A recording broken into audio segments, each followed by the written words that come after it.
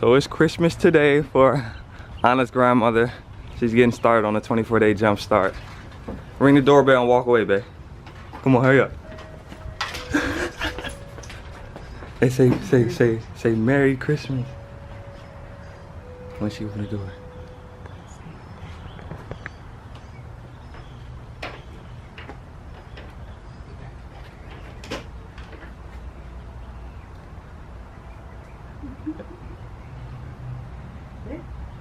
Merry Christmas! She couldn't see us. Y dijo de sorpresa así. Alright, I'm gonna get some supplies right now for me to ship something out. Let's see where I need to go. So this funny thing is, a lot of people think that doing this, being an entrepreneur, is just fun, but it's really not. It's about putting in those hours, you know, like you might not want to do it at all, but if you're willing to work 16 hours for yourself, you won't have to work 8 for someone else. You know what I'm saying? So Fast FM, we are at the post office. We are shipping off products right now. We have a lot of orders. So Miss Beautiful Anna over here is taking care of all that. I'm so proud of her. She's been doing her thing. And we doing our thing. You know, Fast FM, you already know what it is.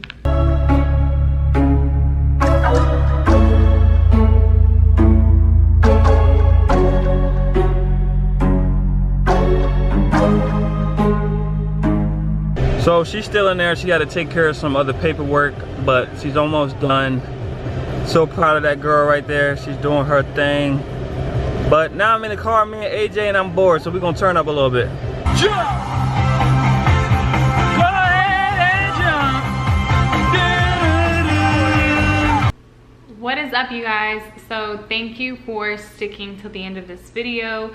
I appreciate you all so very much, and I wanted to talk about some things, chat it up with you guys, because I haven't done that in a while. And basically, I know you guys want to hear about my mother-in-law, so I will tell you guys, but I'm pretty much going to like combine the whole 9 yard with, you know, my mom and mom-in-law. We're just gonna get into that because I did bring my mom onto the channel, and I was editing her YouTube videos, so I do think this is important. And I also think this is important because I don't want you guys to think that I'm gossiping to my YouTube viewers. I am actually my main intention to talk about this is to help all of you who are young and naive, and you know, for some reason you might be, you know, getting manipulated or controlled by your parents and things like that. So I want to put out there my experience, and I want to express how I feel, so you guys can get a better picture, and hopefully this can help you. Okay, so I was in a relationship for 9 years, my past relationship, and basically the story, like I said, the story of my mom-in-law, how this all started and how this all happened. Hold on one second. I have to put on, I'm actually gonna turn on a timer just so I don't make this video super long, okay? Just so I can, I'm gonna have it here so I can look at it and know. So how this all started was the beginning of my relationship. My mom wasn't very supportive. She was happy for me that, you know, I had a good guy and I was, you know, in a good relationship, but she wasn't supportive. And when I say that, I mean like take us to the movies, take us to the mall, and you know, things that you do when you're 15, 16 years old. For the 5 years that I dated, I had a great relationship with her, my mother-in-law. And we were very close. We would talk about very intimate things, and I felt very comfortable with her, like a second mom. And so once we decided to get married, that's when everything changed. And I realized today why is mainly because of that situation, because my mom was never supportive, and she would never like give us rides and like, you know, really not be there when we needed, because we didn't drive, we didn't have a car and things like that. So my mother-in-law at the time was more supportive. So when we got married, she felt like she had her guest list, and then my mom had hers. So we didn't really like, we weren't inviting our group of people. It was majority like family and their friends.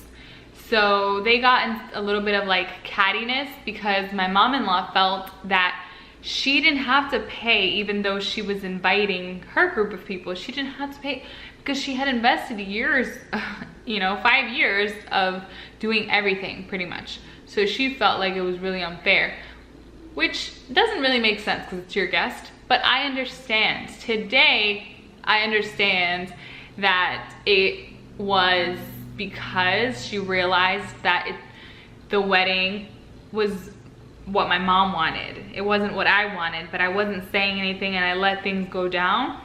But she realized that it was because my mom never had that. So because my mom had me fairly young, and you know, my father wasn't there and didn't raise me with her and things like that, she didn't want that for me. She wanted the best life for me. And she, you know, wanted me to get married and do the whole traditional thing. So when we decided to move in together, that is something that my mom did force on me. We were both doing entry-level jobs. So he was very clear about that. He said that he wasn't ready for marriage because that's a huge commitment, and he had an entry-level job. And so because we were just starting off, I had asked my mom, I said, if something happens to where I need you, you know, someone to fall back on, if I need your help, would you be there? And she said, I would only help you if you get married. So that's why everything started. And that's why I think it's so important to be, you know, talking about this to you guys, because when it has to do with family, it's very hard to say no. And also when it has to do with people that you rely on or that you may depend on and things like that. So that was the case. And so that was a really bad start, I think, to, you know, a wedding, to a marriage basically, because that created a lot of resentment between my mother-in-law and my family, and between families. So like, you know, throughout our entire relationship, we pretty much had a lot of family problem, which is very common in like, you know, the Brazilian and Latin community families. It reminds me actually, because I remember one time I heard on the radio, I thought it was very interesting. It was the Latin radio station, and they were saying how families, Latino families, they're always like so critical of one another, and they always claim that like, oh no, my family, there's no drugs, there's no gay, there's no homosexuality, there's no this, there's no that. And they love to point fingers at other people, they love to criticize other people, but they like to also come off as they're perfect, their family is not doing this or not doing that, you know. So I think that's part of the reason why I created so much drama, you know, between the families, is a lot of competitiveness. And which brings me, you know, to what's going on today, is the fact that like, I believe I was raised by narcissistic parents. And if you don't know what that means, look into it. Actually, Psychology Today, they have two very good articles on it, both on narcissistic father and narcissistic mother. And so I felt that, you know, my mom started copying a lot of the things that I do, and one of which was, you know, to start a YouTube channel. She wanted to start her own. And so what I did is I helped her out. She wanted to pay me, and I would start editing her videos. And so everything was fine, but I didn't want to waste my time because, you know, creating videos takes a long time. I didn't want to waste my time. So I said, make sure that, you know, you spread the awareness on your video, find a Facebook group, and, you know, share your video, market your video. Did she do that? No. So it's like, she just wanted to, you know, pay and get it done. And so, you know, it created another big issue as of recently, because I had to stop making her videos, and she ended up blaming me that I'm not supporting her, which she fails to realize that she's actually not supporting herself to begin with, because she's not really trying to learn and trying to progress. So how do you expect somebody to invest in your dreams if you're not investing in your own? You know, so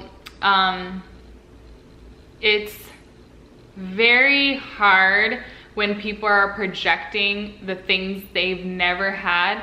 You know what I mean? Like, they've never had support. They've never had like anything happen like for them. So when they see that you have the support and you have the drive and the ambition and all this stuff, it's like, I guess the only choice that's left for them is to be jealous and to envy what you have.